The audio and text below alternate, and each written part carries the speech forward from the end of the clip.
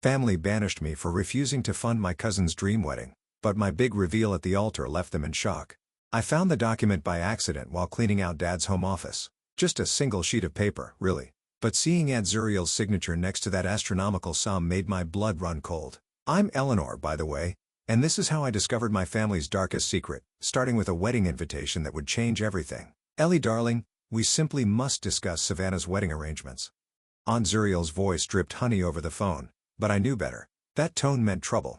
You've done so well with your business. It's time to give back to the family. I pressed my fingers against my temple, already feeling a headache coming on. What exactly are you suggesting, Aunt Zuriel? Well, as the most financially successful member of our family, we thought you'd want to contribute to Savannah's special day.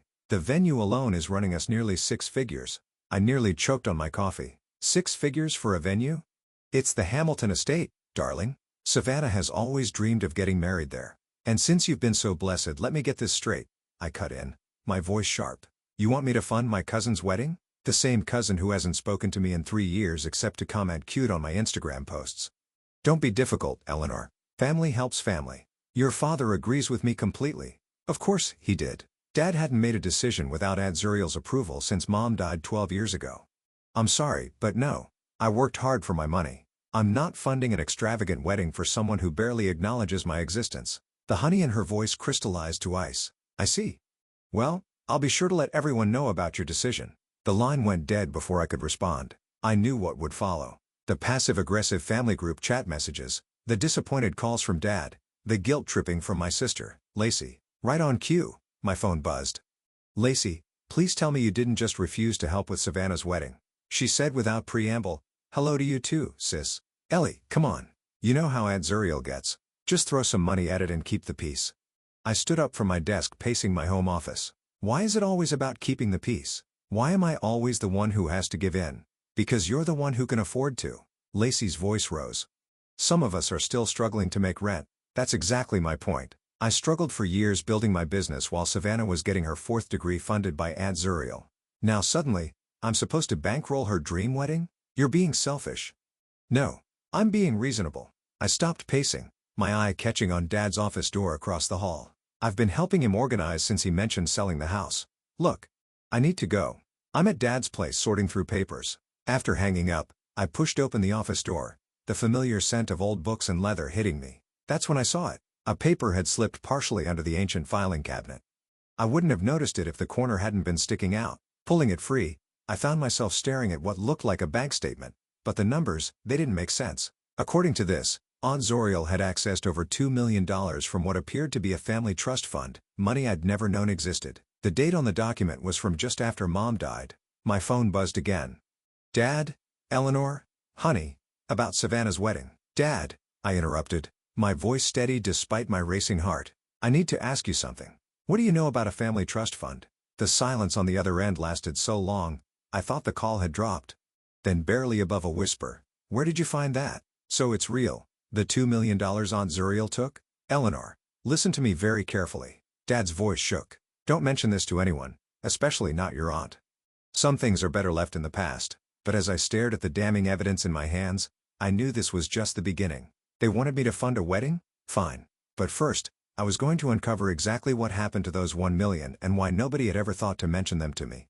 The wedding invitation sat on my desk, mocking me with its gold-foiled elegance.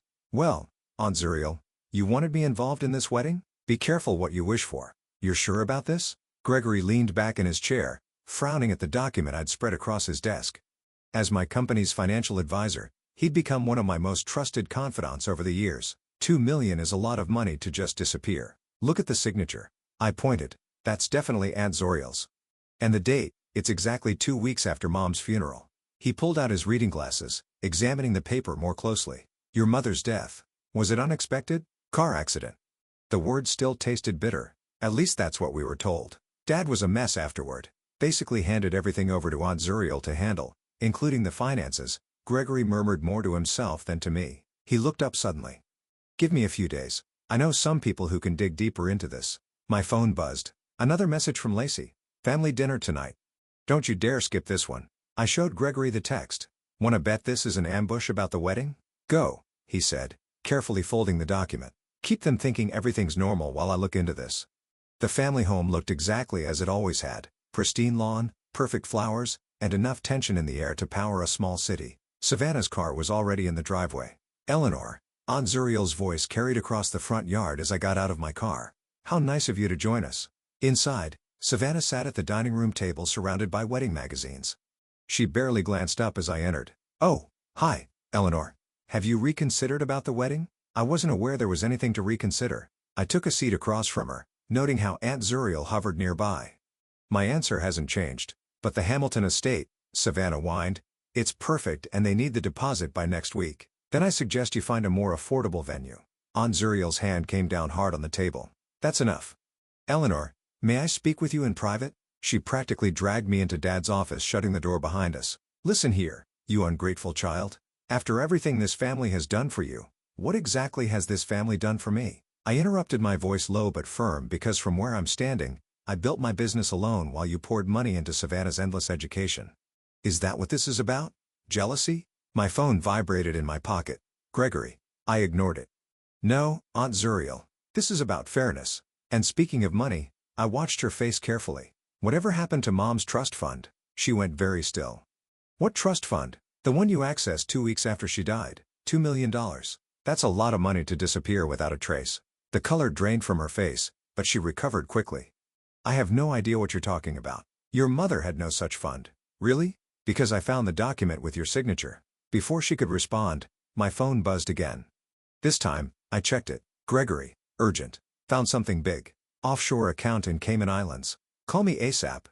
"This conversation isn't over," I told Aunt Zuriel, moving toward the door. She grabbed my arm. "Eleanor. Wait. Perhaps we can discuss this. Come to an arrangement. An arrangement about the wedding. Maybe if you helped with the venue, we could ensure certain old documents remain private." I stared at her, disgusted. "Are you trying to blackmail me into paying for the wedding?" "I'm trying to protect this family," she hissed. "Some things are better left in the past." Dad's exact words. What were they so desperate to hide? "Eleanor?" Lacey's voice called from the dining room.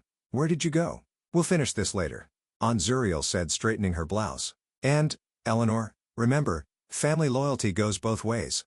I waited until she left before calling Gregory. "Eleanor, you're not going to believe this," he said without preamble. "That money, it wasn't just transferred once. There have been regular deposits to an offshore account for the past 12 years. Most recent one was last month." My hands started shaking. "How much, total?" "Close to $5 million by now.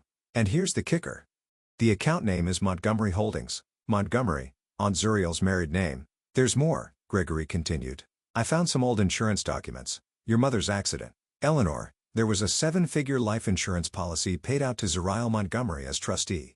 The room seemed to spin. All these years of struggling, of building my business from nothing, while Aunt Zuriel sat on $1 million. Our family's $1 million. "Eleanor," Gregory's voice softened. "What do you want to do?" I thought about Savannah's entitled demands, Dad's silence, Aunt Zuriel's threats. "Keep digging," I said. "I want everything." The family pressure intensified over the next week. Constant calls, guilt-tripping texts, even a tearful visit from Savannah herself. But it was Lacey showing up at my door at midnight that finally broke the pattern. "I need a drink," she announced, pushing past me into my apartment. Her mascara was smeared and she clutched her purse like a lifeline. I poured us both a glass of wine. "What happened?" "Aunt Zuriel happened." Lacey took a long sip. "She came by my place today, started asking weird questions about you, about what you've been saying to me." "What kind of questions?" "About Mom, mostly, and money." She set down her glass hard enough to slosh wine onto my coffee table. "She offered to help with my rent if I'd keep an eye on you." I felt my jaw clench, and I told her to shove it. Lacey's eyes filled with tears. "But, Ellie, there's something else, something I should have told you years ago." I sat down beside her, my heart pounding. "What?" "Remember when I was trying to start my photography business right after college?" She wouldn't meet my eyes. "I went to Aunt Zuriel for a loan. She agreed. But then she made me sign these papers. I didn't really read them. I was so desperate." "What papers, Lacey?" I think they were about Mom's estate, some kind of waiver of rights." She wiped her eyes. "The business failed anyway, and Aunt Zuriel held that loan over my head for years. But tonight, when she tried to bribe me again, something clicked. Why does she have so much money to throw around?" I got up and retrieved the trust fund document from my office. Lacey's hands shook as she read it. $2 million, she whispered. "But we struggled so much after Mom died. You worked 3 jobs to start your business. I had to drop out of art school. It gets worse." I told her about Gregory's discovery of the offshore account and the insurance policy. That bye. Lacey cut herself off, standing up suddenly. We need to check Mom's old things now. It's midnight. Dad's at his poker game. He won't be home for hours. We need to look while Aunt Zuriel isn't hovering around. 20 minutes later, we were in Mom's old craft room now used for storage. Lacey went straight to the back corner pulling out a dusty box. Mom's journals, she explained. I found them years ago, but never read them. It felt too private then. We spent the next hour flipping through pages of our mother's elegant handwriting. Most entries were ordinary. Daily life, concerns about us kids, little observations about the world. Then I found it. Listen to this, I said, reading aloud. Zuriel's been asking about the trust again. Says Norman's business is in trouble. Needs capital. I can't tell if she's lying. She always was good at that. But I made that trust for the girl's future. I won't let her touch it. I looked at the date. This was 3 weeks before the accident. Lacey grabbed the journal. There's more. Found discrepancies in the business accounts today. Large transfers I can't trace. When I asked Zuriel about them, she got defensive. Something's not right. Meeting with my lawyer tomorrow too. She turned the page. That's the last entry. My phone rang, making us both jump. Gregory, Eleanor, I found something disturbing. Those insurance documents? There was an investigation into your mother's accident, but it was suddenly dropped. The detective in charge received a large payment to an offshore account 2 days later. The journal slipped from my hands. That's not all, Gregory continued. I've been tracking the money trail. Most of those 1 million, they've been funding Savannah's lifestyle, designer clothes, luxury cars, that string of failed businesses she started. But there's a pattern of smaller payments too to people who might ask questions. Like the detective, I said numbly. Exactly. Eleanor, I think this goes deeper than simple embezzlement. Lacey was still reading the journal, her face getting paler by the page. Ellie, she interrupted. Look at this. She pointed to a loose paper tucked into the binding, a handwritten letter. If anything happens to me, I read aloud, the truth is in the blue box. Love, Mom. Lacey and I stared at each other. The blue music box, she whispered. The one Mom always kept locked. Aunt Zuriel took it after the funeral, said it was worthless. Where is it now? In her house. In that cabinet of collectibles she never lets anyone touch. I spoke into the phone. Gregory, we need to get into Aunt Zuriel's house. Eleanor, his voice was worried. Be careful. People who pay off detectives I know. I looked at Lacey, saw my own determination reflected in her eyes. But Mom tried to warn us. It's time we found out why. I found Dad in his usual spot, the back porch nursing a whiskey, staring at Mom's old garden. The journals felt heavy in my bag as I sat beside him. You knew, didn't you? I kept my voice gentle, but he flinched anyway. About the money. About all of it. He took a long drink before answering. Your mother never trusted Zuriel with money, said she was too creative with numbers. Is that what we're calling fraud now? Creative, Eleanor? No. I pulled out Mom's journal. I found these. She knew something was wrong with the business accounts. She was going to meet a lawyer. I paused watching his face. The next day, she died. The glass slipped from his hand, shattering on the porch. Don't, please. The detective who investigated her accident got a payoff, Dad. An offshore payment just like the millions Aunt Zuriel's been hiding all these years. He buried his face in his hands. I didn't know. Not at first. When did you find out? About a year after your mother. His voice cracked. I found some papers like you did. When I confronted Zuriel, she had explanations. Said your mother had been embezzling, that she'd fixed everything to protect the family name. And you believed her? The words came out sharper than I intended. I didn't want to believe anything else. He looked at me finally, eyes red. If what you're suggesting is true, if my own sister showed me the papers. He led me to his office, hands shaking as he opened a hidden safe behind a painting. I kept copies, never knew why. Maybe part of me. The documents were damning, not just of Aunt Zuriel's theft, but of her elaborate cover-up, transfer records, falsified statements, even a letter from Mom's lawyer about scheduling an urgent meeting that never happened. All these years, I said quietly, while Lacey and I struggled, while you remortgaged the house. Aunt Zuriel had 1 million of our money and you said nothing. She's still my sister. And Mom was your wife. The words exploded out of me. We were your daughters. We needed you to fight for us. A noise from the doorway made us both turn. Lacey stood there, tears streaming down her face. Is it true? She asked Dad. Did you know about the money? He couldn't meet her eyes. Lacey? Honey? My phone buzzed. A text from Gregory. Urgent. Just found email correspondence between Zuriel and the mechanic who worked on your mom's car the week before the accident. Call me now. Before I could process that, another message popped up. This one from an unknown number. Stop digging. Some questions shouldn't be answered. I showed both messages to Dad. The color drained from his face. The mechanic, he whispered. I remember your mother complained about the brakes feeling strange. Zuriel recommended her personal mechanic. Lacey made a choking sound.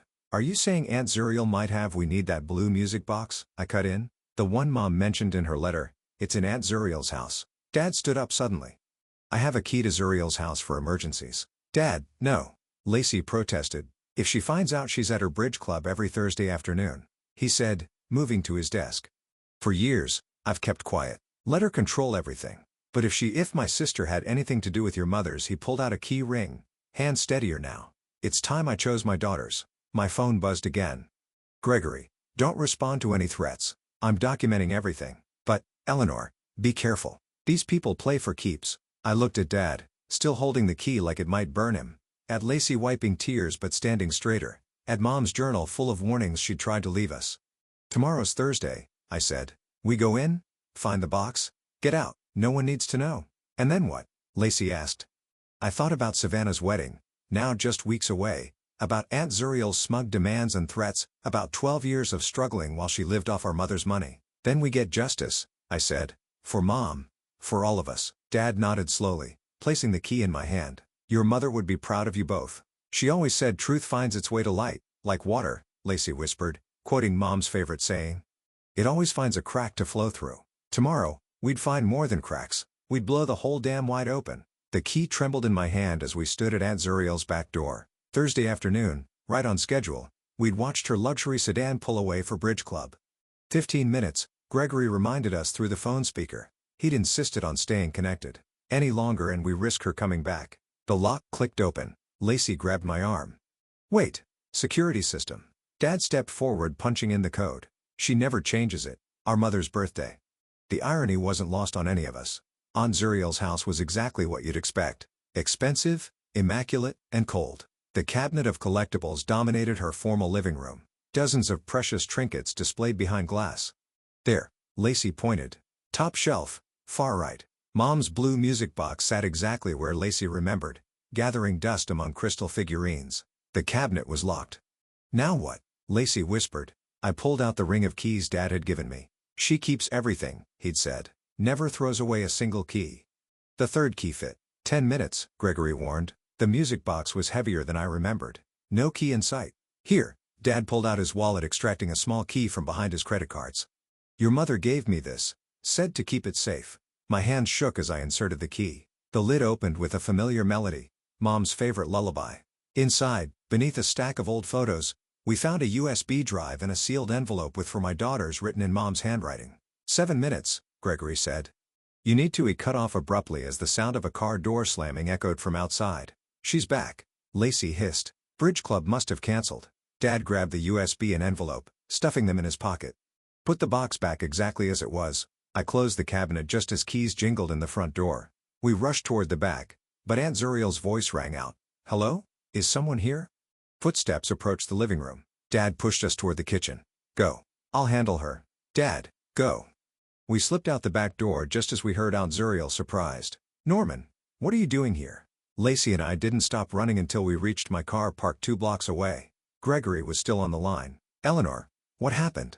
We got it, I gasped. But Dad, he stayed behind. Smart move, Gregory said. He can explain his presence without raising suspicion. You two couldn't. My phone dinged with a text from Dad. All clear. Told her I was dropping off wedding RSVPs. Meeting you at your place. 20 minutes later, we huddled around my dining room table. The USB drive contained exactly what we'd suspected. Financial records, emails, and a video file of Mom speaking directly to camera. My darling girls. Mom's face filled the screen, looking exactly as I remembered. If you're watching this, something has happened to me. I've discovered serious financial irregularities in the family business. Your Aunt Zuriel has been embezzling funds for years using offshore accounts and false documentation. I'm meeting with lawyers tomorrow, but I'm afraid. Strange things have been happening. My car's been acting weird. I've received threatening notes. If anything happens to me, take this evidence to the authorities, protect yourselves, and know that I love you both so much. The video ended. Lacey was sobbing. Dad looked like he'd aged 10 years. There's more, Gregory said, examining the financial records. These show systematic theft going back decades, but this is the smoking gun. He pointed to a series of transfers. Money from your mother's accounts to the mechanic who worked on her car, then to the detective, all traced back to Zuriel's offshore account. She killed her, Dad whispered. My own sister murdered my wife. My phone buzzed. Aunt Zuriel, we need to talk now about what you took from my house. Another message followed. Don't do anything rash, Eleanor. Think about the family, about Savannah's wedding, about your father's reputation. She knows, Lacey said. Good, I replied, surprising everyone. Let her worry. Let her wonder what we found, what we know. What's our next move? Gregory asked. I thought about Mom's video, about years of struggle, about Aunt Zuriel's smug manipulation. Savannah's wedding is in 2 weeks, I said. Everyone will be there. Family, friends, business associates, the perfect audience. Eleanor, Dad warned, if you're thinking what I think you're thinking, she used our mother's funeral to steal our inheritance. I cut in. It seems fitting to use her daughter's wedding to expose the truth. My phone buzzed again. Aunt Zuriel. Last chance, Eleanor. Name your price. I showed them the message, then typed my reply. You're right, Aunt Zuriel. Family helps family. See you at the wedding. You're really going through with this? Gregory asked, adjusting my dress strap at the wedding rehearsal dinner. We decided to attend as a couple to avoid suspicion, though the way he looked at me suggested it wasn't entirely an act. Watch Aunt Zuriel, I whispered. She hasn't taken her eyes off us all evening. Sure enough, my aunt sat at the head table pretending to listen to the wedding planner while shooting nervous glances our way. The past 2 weeks of silence had clearly unnerved her.